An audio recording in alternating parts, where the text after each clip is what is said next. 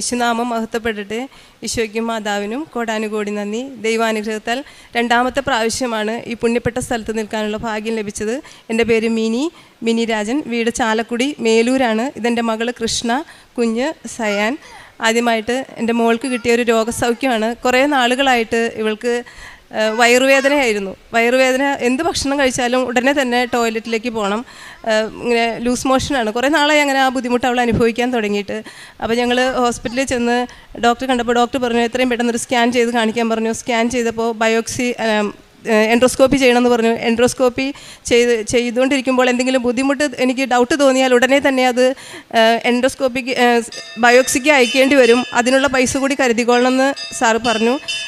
ഞാൻ എൻ്റെ 8ാമത്തെ ഉടമ്പടിയിലാണ്.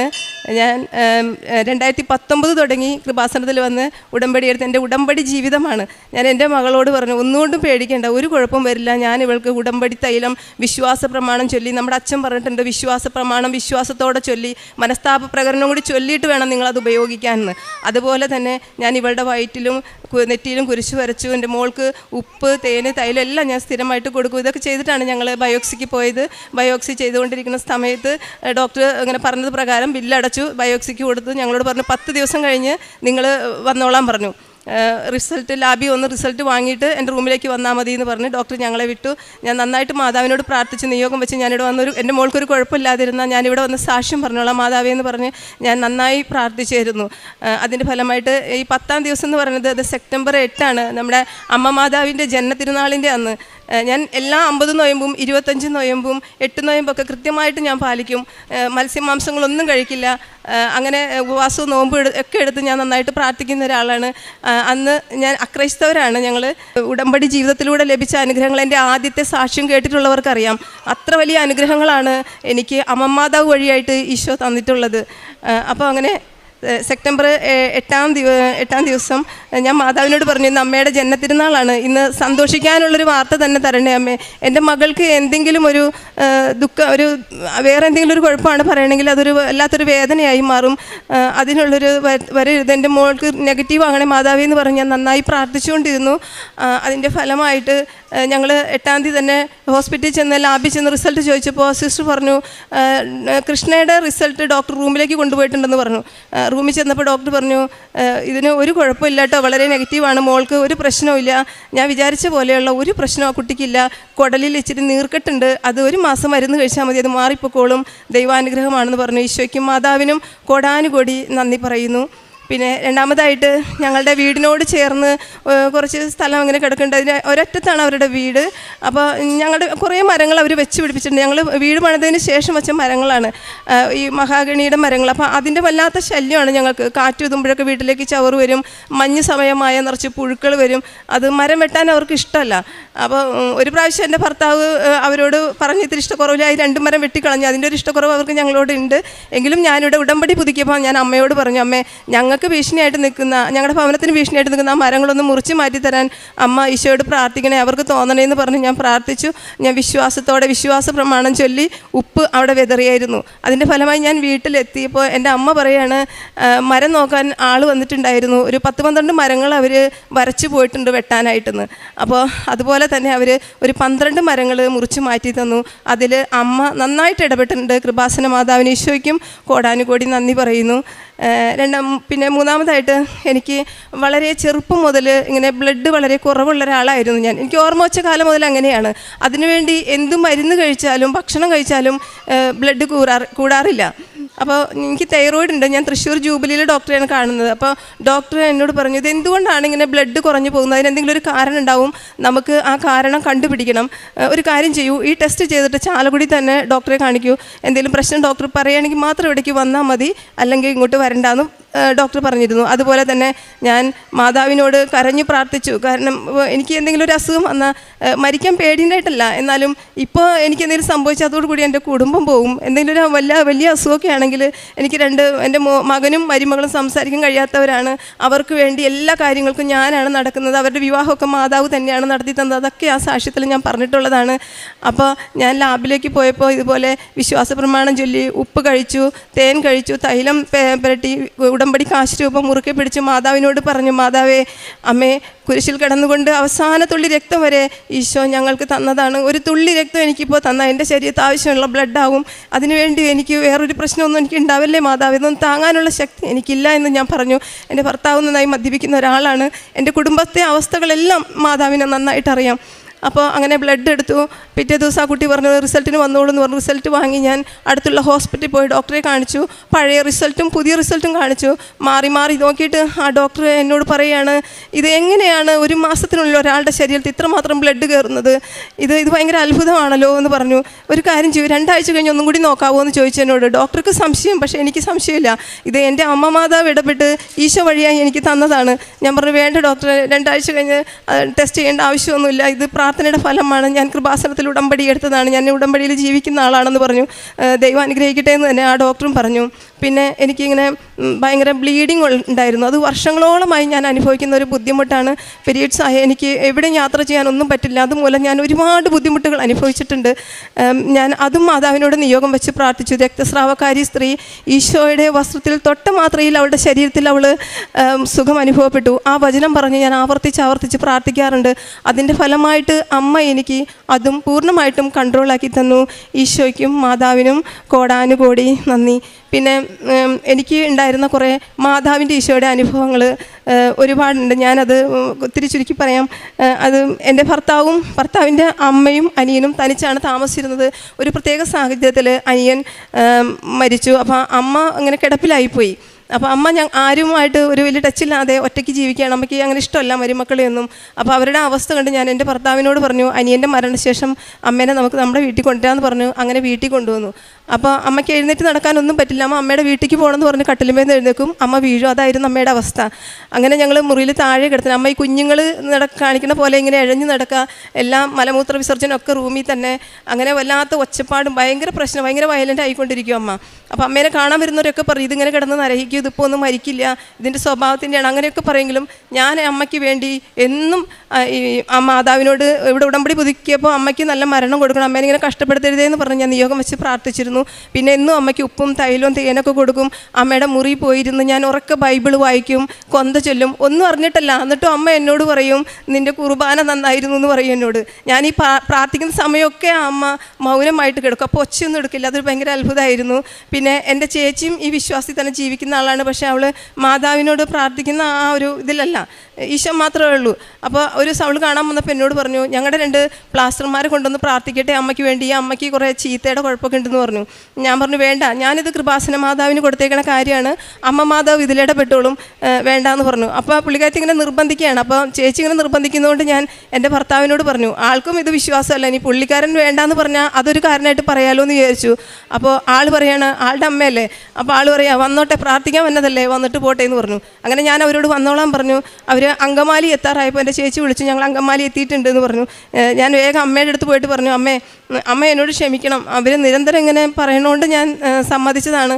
അവർ മാതാവിന് വിശ്വാസമില്ലാത്തവരാണ്. ഇവിടെ വരുമ്പോൾ മാതാവിനെ കുറ്റം പറയാനൊന്നും ഇടവരരുത്, എനിക്കത് ഭയങ്കര സങ്കടമാവും, എനിക്ക് ദേഷ്യം വന്ന് ചിലപ്പോൾ ഞാനും എന്തെങ്കിലും പറഞ്ഞു പോട്ടെ അമ്മേ, അതുകൊണ്ട് അങ്ങനെയുള്ള ഇടവരരുതെന്ന് ഞാൻ അമ്മയോട് കരഞ്ഞ് പ്രാർത്ഥിച്ചു. അങ്ങനെ അവർ ഞങ്ങളുടെ വീട്ടിൽ വന്നു. വീട്ടിൽ കയറി വന്ന് ഞാൻ ചായ കൊടുത്ത് അവർ ഹാളിലിരുന്നപ്പോൾ ഞങ്ങളുടെ വീട്ടിൽ സിറ്റൗട്ടിലും ഹാളിലും റൂമിലും അടുക്കളയിലൊക്കെ കൃപാസന മാതാവിൻ്റെ ഫോട്ടോ വെച്ചിട്ടുണ്ട്. അപ്പോൾ അവരെന്നോട് ചോദിക്കാം, മാതാവിന് ഭയങ്കര വിശ്വാസമാണല്ലേ എന്ന്. എനിക്ക് ഭയങ്കര ആവേശമായി. ഞാൻ പറഞ്ഞു, എനിക്ക് മാതാവിന് ഭയങ്കര വിശ്വാസമാണ്, ഭയങ്കര ഇഷ്ടമാണ്, ഞാൻ കൃപാസനത്തിൽ ഉടമ്പടി എടുത്താണ്, ഞാൻ സാക്ഷ്യം പറഞ്ഞതാണ്, എൻ്റെ ഉടമ്പടി ജീവിതമാണ്. അങ്ങനെ ഞാൻ മാതാവിനെ പുകഴ്ത്തി പറഞ്ഞപ്പോൾ അവരെന്നോട് പറയാം, മാതാവ് ദൈവമൊന്നുമല്ല, ദൈവം യേശു ആണെന്ന്. അപ്പോൾ ഞാൻ പറഞ്ഞു, ആ യേശുവിൻ്റെ അമ്മയല്ലേ മാതാവ് എന്ന് ചോദിച്ചു. പിന്നെ അവരൊന്നും മിണ്ടില്ല. അപ്പോൾ അവർ പറയാം, നിങ്ങളുടെ അടുത്ത്, നിങ്ങൾ പറയുന്ന ആ അമ്മ നിങ്ങളുടെ അടുത്ത് തന്നെ നിൽപ്പുണ്ട്, ഭയങ്കര പ്രകാശമാണ് നിങ്ങളിരിക്കുന്നിടത്ത് നിന്ന്. അപ്പോൾ അമ്മ എൻ്റെ കൂടെ ഉണ്ട്, എൻ്റെ വീട്ടിലുണ്ടെന്ന് അമ്മ അവർക്ക് കാണിച്ചു കൊടുത്തു. പിന്നെ ഒരക്ഷരം പോലും അവർ പറഞ്ഞിട്ടില്ല. അങ്ങനെ പിന്നെ അമ്മയുടെ റൂമിൽ പോയിട്ട് അവർ പറഞ്ഞു, ഇതിങ്ങനെ കുറച്ച് നാൾ കിടക്കും, അതിൻ്റെ സമയമാകുമ്പോൾ അത് പോയിക്കോളൂ എന്ന് പറഞ്ഞിട്ട് അവർ പോയി. പക്ഷേ ഇതുപോലെ തന്നെ കഴിഞ്ഞ സെപ്റ്റംബറിൽ ഞാൻ 8 നോമ്പെടുത്ത് എൻ്റെ അമ്മയ്ക്ക് വേണ്ടി നന്നായിട്ട് പ്രാർത്ഥിച്ചു. അമ്മ ജീവിതത്തിൽ അറിഞ്ഞോ അറിയാതെ ആരെങ്കിലും വേദനിപ്പിക്കുകയോ തെറ്റ് ചെയ്തിട്ടുണ്ടെങ്കിൽ മാതാവ് ഈശോയോട് പ്രാർത്ഥിച്ച് അമ്മയ്ക്ക് മാപ്പ് കൊടുക്കണം, കഷ്ടപ്പെടുത്താതെ അമ്മയ്ക്ക് നല്ല മരണം കൊടുക്കണേ മാതാവി എന്ന് പറഞ്ഞ് പ്രാർത്ഥിച്ചു കൊണ്ടിരുന്നു. സെപ്റ്റംബർ 7-ാം തീയതി രാത്രിയായപ്പോൾ അമ്മയ്ക്ക് എന്തോ ഒരു മാറ്റം വന്ന പോലെ എനിക്ക് തോന്നി. അമ്മ വെള്ളം കൊടുത്തപ്പോൾ ഇങ്ങനെ ഇറക്കാത്തത് പോലെ ഒരു ബുദ്ധിമുട്ട് തോന്നി. ഞാൻ കൊന്ത ചൊല്ലി വിശ്വാസ പ്രമാണം ചൊല്ലി ബൈബിൾ എടുത്ത് വായിച്ച് കണ്ണടച്ച് ബൈബിൾ തുറന്നപ്പോൾ എനിക്ക് കിട്ടിയത് യേശുവിൻ്റെ മരണമാണ്. ഞാൻ എൻ്റെ ഭർത്താവിനോട് പറഞ്ഞു, നാളെ അമ്മയുടെ മരണം സംഭവിക്കാൻ സാധ്യതയുണ്ട്, ഈശോയുടെ മരണമാണ് കിട്ടിയിരിക്കുന്നത്. അതുപോലെ തന്നെ സെപ്റ്റംബർ 8-ാം തീയതി 8 മണിയായപ്പോൾ അമ്മ പെട്ടെന്നാണ് 2-3 പ്രാവശ്യം ഇങ്ങനെ വലിച്ചു, അമ്മ മരിച്ചു. അപ്പോൾ അമ്മ മാതാവിൻ്റെ ജന്മതിരുനാളിൻ്റെ അന്നാണ് ഞങ്ങളുടെ അമ്മയുടെ മരണം വീട്ടിൽ സംഭവിച്ചത്. പിന്നെ ഞാൻ പ്രേക്ഷിത പ്രവർത്തനങ്ങൾ, ഞാൻ ഇവിടുന്ന് എല്ലാ മാസവും ഞാൻ വന്ന് 3 കെട്ട് പത്രം വാങ്ങിക്കും. എൻ്റെ കൂടെ എൻ്റെ അയൽവാസിയും കൂട്ടുകാരിയുമായ സുശീല ചേച്ചിയും വരും. ഞങ്ങൾ ഒരുമിച്ചാണ് ഇവിടെ വന്ന് ഉടമ്പടി എടുക്കുന്നതും പുതുക്കണതും പത്രത്തിന് പ്രേക്ഷിത പ്രവർത്തനത്തിനൊക്കെ പോകണം. ഞങ്ങൾ ഒരുമിച്ചാണ്. അപ്പോൾ ചേച്ചിയും മേടിക്കും 3 കെട്ട്. അങ്ങനെ ഞങ്ങൾ 6 കെട്ട് പത്രം കൊണ്ട് medical college, Thrissur medical college ഹോസ്പിറ്റലിൽ പോകും. പിന്നെ ക്യാൻസറിൻ്റെ മാത്രം ഹോസ്പിറ്റലുണ്ട്, അവിടെ പോകും. അങ്ങനെ ഒരു ദിവസം ഞാൻ മെഡിക്കൽ കോളേജ് ഹോസ്പിറ്റലിൽ പോകുമ്പോൾ ഒരു സഹോദരനെ കുറേ ആളുകൾ ചേർന്ന് മുറുകെ കൈയും കാലും പിടിച്ച് കട്ടിലിൽ കെട്ടിയിടുകയാണ്. ഒരു പെൺകുട്ടിയും അടുത്ത് നിന്ന് കരയുന്നുണ്ട്. അപ്പോൾ എൻ്റെ മനസ്സിലേക്ക് ഇവിടെ കുറേ നാൾ മുമ്പ് ഒരു ധ്യാനത്തിൽ നമ്മുടെ അച്ഛൻ പറയണ്ടായിരുന്നു, അച്ഛൻ്റെ പള്ളിയിലായിരിക്കുന്ന സമയത്ത് ഒരാളിങ്ങനെ വയലൻ്റായിട്ട് കൊണ്ടുവന്നപ്പോൾ അയാൾ ശല്യം ചെയ്തിട്ട് ആ കൂടെ വന്ന ആൾക്കാർ അയാളുടെ മേല് കയറി ഇരിക്കുകയാണ്. അപ്പോൾ നമ്മുടെ അച്ഛൻ വിശ്വാസ പ്രമാണം ചൊല്ലിക്കൊണ്ടേയിരുന്നു, അയാൾ ശാന്തനായിരുന്നു. അപ്പോൾ ഞാൻ സുശീലച്ചോട് പറഞ്ഞു, ചേച്ചി വിശ്വാസ പ്രമാണം ചൊല്ലി ചേച്ചി എന്ന് പറഞ്ഞു. അങ്ങനെ ഞങ്ങൾ വിശ്വാസ പ്രമാണം ചൊല്ലിക്കൊണ്ടിരുന്നു.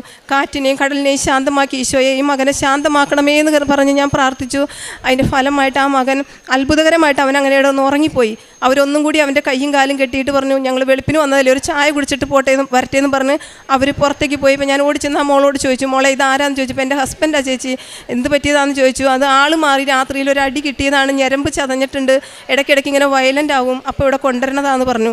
അപ്പോൾ ഞാൻ പറഞ്ഞു, മോളെ ഞങ്ങൾ കൃപാസനത്തിൽ നിന്ന് വരുന്നതാണ്, ചേച്ചി ഉടമ്പടിയിലാണ് ജീവിക്കുന്നത്, എൻ്റെ കയ്യിൽ നേർച്ച വസ്തുക്കളെല്ലാം ഉണ്ട്. ഞാൻ ഈ കുട്ടിക്ക് പത്രം കൊടുത്തു, മാതാവിനെക്കുറിച്ചും ഇവിടെ നടക്കുന്ന ഓരോ അത്ഭുത സാക്ഷ്യങ്ങൾ, ജീവനുള്ള സാക്ഷ്യങ്ങളെക്കുറിച്ച് ഞാൻ ആ കുട്ടിയോട് പറഞ്ഞു, എൻ്റെ സാക്ഷ്യം പറഞ്ഞു.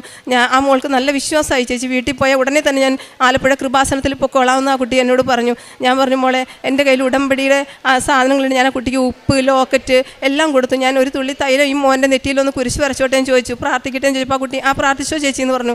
പക്ഷേ എനിക്കൊരു പേടി, ഞാൻ തൊടുമ്പോഴെങ്ങാൻ അവരെഴുന്നേറ്റ് അവിടെയുള്ള എല്ലാവരും കൂടി എന്നെ പിടിച്ച് അവിടെ കെട്ടിയിടും, കാരണം അത്ര പ്രശ്നം ഉണ്ടാക്കിക്കൊണ്ടിരുന്ന ആളാണ്. അപ്പോൾ ഞാൻ പറഞ്ഞു, മോളൊന്ന് തൊട്ട് നോക്കിയെന്ന് പറഞ്ഞു. അവൾ തൊട്ടപ്പോൾ ഒരു കുഴപ്പമില്ല. ഞാൻ മാതാവിൻ്റെ തൈല വിശ്വാസ പ്രമാണം ചൊല്ലി ആ മോൻ്റെ നെറ്റിയിൽ കുരിശിട്ട് കൊടുത്തു. ഞങ്ങൾ കുറേ സമയം ആ വാർഡിൽ, തൃശ്ശൂർ മെഡിക്കൽ കോളേജിൽ പോയിട്ടുള്ളവർക്കറിയാം, അത്ര വലിയ വാർഡാണ്. ഓരോ കട്ടിലിൻ്റെ അടുത്തും പോയി ഞങ്ങൾ അവരോട് സുവിശേഷം പറഞ്ഞാണ് ഞങ്ങൾ പേപ്പർ കൊടുക്കുന്നത്, ഓരോരുത്തരുടെ സാക്ഷ്യങ്ങൾ പറഞ്ഞ്. അങ്ങനെ ഒരുപാട് മക്കൾ, ഞാൻ അവരുടെ ഫോൺ നമ്പർ വാങ്ങിക്കും, ഞാൻ അവരുടെ കാര്യങ്ങൾ അന്വേഷിക്കും. പിന്നെ എനിക്ക് വരുമാനമൊക്കെ വളരെ കുറവുള്ളൊരു ജോലിയാണ്, എന്നാലും എനിക്ക് കിട്ടുന്ന വരുമാനത്തിൻ്റെ ഒരു വിഹിതം ഞാൻ പാവപ്പെട്ടവരെ സഹായിക്കാറുണ്ട്. അങ്ങനെ അവർക്ക് അയച്ചു കൊടുക്കും. പറ്റുന്നവരെ കൊണ്ട് അവരെ കൊണ്ട് ഞാൻ ചെയ്യിക്കും. പിന്നെ അങ്ങനെ ഒരുപാട് മക്കൾ ഇവിടെ വന്ന് ഉടമ്പടി എടുത്ത് പോയിട്ടുണ്ട്. അപ്പോൾ അതിനൊക്കെ മാതാവിനോട് ഞാൻ ഒരുപാട് നന്ദി പറയുകയാണ്. തൃശ്ശൂർ ടൗണിലിരിക്കുന്ന പാവങ്ങൾക്ക് പൊതിച്ചോറ് കൊണ്ടുപോയി ഞാൻ കൊടുക്കാറുണ്ട്. പിന്നെ പലരോടും ചോദിച്ച് ഞാൻ ഉപയോഗിക്കാൻ പറ്റുന്ന നല്ല വസ്ത്രങ്ങൾ കളക്ട് ചെയ്തിട്ട് എനിക്ക് പരിചയമുള്ളൊരു കുട്ടി അനാഥാലയത്തിൽ വർക്ക് ചെയ്യുന്നുണ്ട്. ആ കുട്ടിയോട് പറഞ്ഞ് അവർ വന്ന് ഇവിടെ നിന്നല്ല, കോട്ടയത്താണ്, അവർ വന്ന് ആ ഡ്രസ്സുകൾ കൊണ്ടുപോയി അവർക്ക് കൊടുക്കും. പിന്നെ മക്കളൊക്കെ ഉണ്ടായിട്ട് ഉപേക്ഷിച്ച് കളഞ്ഞ കുറേ മാതാപിതാക്കൾ താമസിക്കുന്ന സ്ഥലമുണ്ട്. അവിടെ പോയിട്ട് അവർക്ക് ഞങ്ങൾ സിസ്റ്ററോട് ചോദിച്ചു, എന്താ സിസ്റ്ററെ ഞങ്ങൾ ഇവർക്ക് വേണ്ടി ചെയ്തു തരണ്ടേ, ഞങ്ങൾ ഭക്ഷണം ഉണ്ടാക്കി കൊണ്ടുവരുമെന്ന് പറഞ്ഞപ്പോൾ വേണ്ട, ഇവരെല്ലാവരും ഒരേ ഭക്ഷണം കഴിക്കുന്നവരല്ല, ഇവർ കഴിക്കുന്ന ഭക്ഷണങ്ങൾ നോക്കി തന്നെ വേണം ഇവർക്ക് കൊടുക്കാനായിട്ട്. അപ്പോൾ നിങ്ങളൊരു കാര്യം ചെയ്യും, അങ്ങനെ നിർബന്ധമാണെങ്കിൽ കുറച്ച് സാധനങ്ങൾ വാങ്ങി തന്നാൽ എന്ന് പറഞ്ഞാൽ സിസ്റ്റർ ഒരു ലിസ്റ്റ് തന്നു. ആ ലിസ്റ്റ് പ്രകാരമുള്ള എല്ലാ സാധനങ്ങളും ഞങ്ങൾ വാങ്ങിക്കൊടുത്തു. 25 അമ്മമാരുണ്ട്. അമ്മമാർക്ക് കാല് ചവിട്ടാൻ ഒരു ചവിട്ടി വാങ്ങി തരുമെന്ന് എന്നോട് ചോദിച്ചു. ഞാൻ 25 അമ്മമാർക്കും ഞങ്ങൾ ചവിട്ടി വാങ്ങിക്കൊടുത്തു, കാലിരുന്നിട്ട് കാല് ചവിട്ടാനായിട്ട്. അങ്ങനെ ഞങ്ങളെ കൊണ്ട് പറ്റാവുന്ന എല്ലാ തരത്തിലുമുള്ള സഹായങ്ങൾ. അച്ഛൻ പറഞ്ഞിട്ടുണ്ട്, ഉടമ്പടി ജീവിതം. ഉടമ്പടി എന്തിനാണ്? ഉടമ്പടി ജീവിക്കാനാണ്. ഞാൻ ഉടമ്പടിയിൽ ജീവിക്കുകയാണ്. ഞാൻ എൻ്റെ ഈശോയ്ക്കും മാതാവിനും നന്ദി പറഞ്ഞുകൊണ്ട് ഈശോയുടെ ജീവിക്കുന്ന സാക്ഷിയായിട്ട് എൻ്റെ മരണം വരെ ഞാൻ ഈ ഉടമ്പടിയിൽ ജീവിക്കും. ഉടമ്പടി വഴിയാണ് ഞാൻ സ്ഥാനപ്പെട്ട് ജീവിക്കുന്നത്. അക്രൈസ്തവരായതുകൊണ്ട് മറ്റ് വേറെ ഒന്നും പറ്റില്ല. വീട്ടിലുള്ള ബുദ്ധിമുട്ടുകളും വീട്ടിലുള്ള ഓരോ കാര്യങ്ങളൊക്കെ നോക്കണമല്ലോ. അപ്പോൾ അതുകൊണ്ട് എൻ്റെ അച്ഛന് ഈ കഴിഞ്ഞ ധ്യാനത്തിൽ തന്നെ അച്ഛൻ പറഞ്ഞു, നിങ്ങളുടെ വീട്ടിൽ ഒരാളെങ്കിലും തീക്ഷ്ണമായിട്ട് വിശ്വാസത്തിൽ നിന്നാൽ മതി, അതുവഴിയായിട്ട് കുടുംബം രക്ഷപ്പെടുമെന്ന്. പിന്നെ ഒരു കാര്യം ഞാൻ പറയാൻ വിട്ടുപോയത്, അത് ഈ നമ്മുടെ അച്ഛൻ അനുദിന അനുഗ്രഹ പ്രാർത്ഥന, അതായത് മോളുടെ ബയോപ്സിക്ക് കൊടുത്തിട്ട് തിങ്കളാഴ്ചയാണ്, ചൊവ്വാഴ്ച അച്ഛൻ അനുദിന അനുഗ്രഹ പ്രാർത്ഥനയിൽ പറയുകയാണ്, ഒരു രോഗത്തെ ഭയന്നിരിക്കുന്നവരോട് ഈശോ പറയുന്നു ആ രോഗത്തോട് പോയി പണി നോക്കാൻ. അപ്പോൾ എൻ്റെ ചങ്ക് പൊട്ടിപ്പോയി, നെഞ്ച് പൊട്ടി. ഞാൻ അമ്മയെന്ന് പറഞ്ഞ് കരഞ്ഞു. ഞങ്ങൾ ഭയന്നിരിക്കുകയാണ് ഒരു രോഗത്തെ.